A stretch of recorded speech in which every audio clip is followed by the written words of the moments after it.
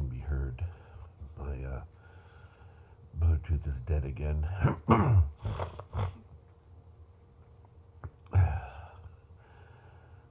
Everything's swollen today.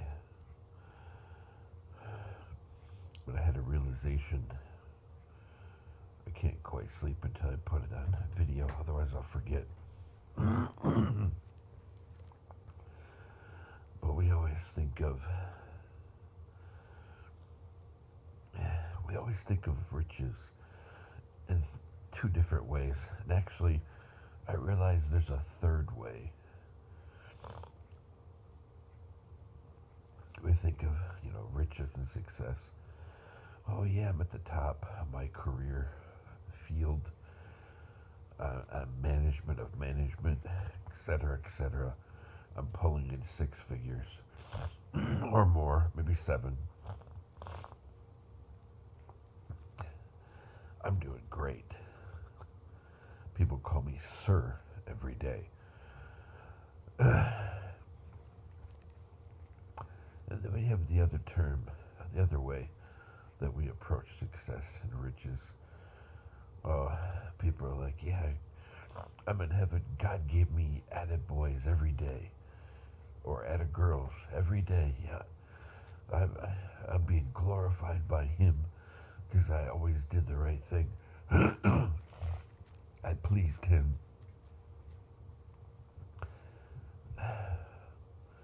Now the second way is good. I mean, the first way, has its own merits. The second way is good, but there's a third way.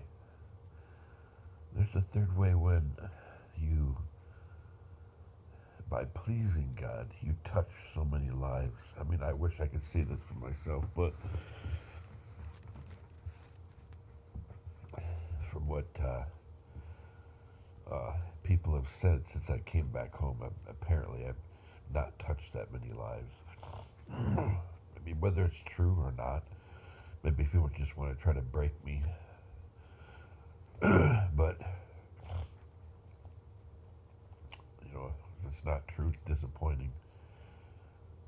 But, I tried to go through life without making enemies or harming people, tried to accept evil people. But anyway, the third way to approach, success and riches is by pleasing God. You've touched so many lives. And when you sit back and you think about, people just touch so many lives. They kind of inspired people to, come to terms with their life, or make peace with somebody, or confess that unconfessed sin. Make confession regular.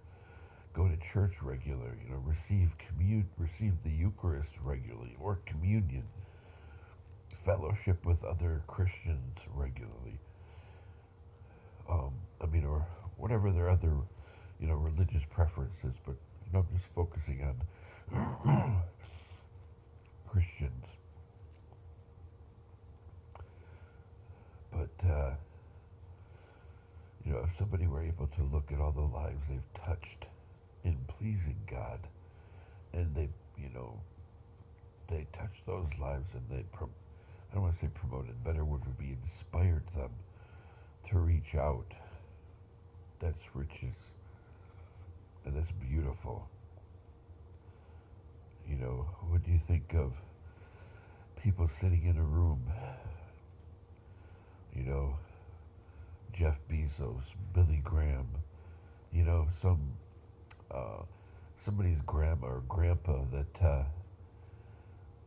that's always kind and always talks about the Lord, and goes fishing and hunting, and then to church and prays with their family before they eat. And Bill Gates, and then Pope St. John Paul II, or Pope Francis, or Rich Mullins. When these people sit in a room and you think really about who's the most famous, who has, reached the top of their success, Who's got the greatest wealth? Let me tell you, it's not the guys that own the billion-dollar companies.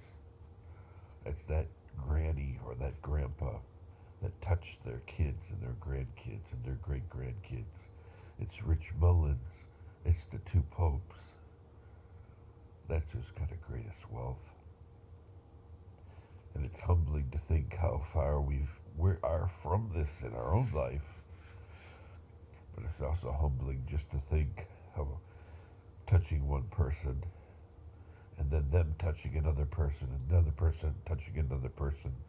Because kindness and love, forgiveness, repentance, that's the most viral thing ever made.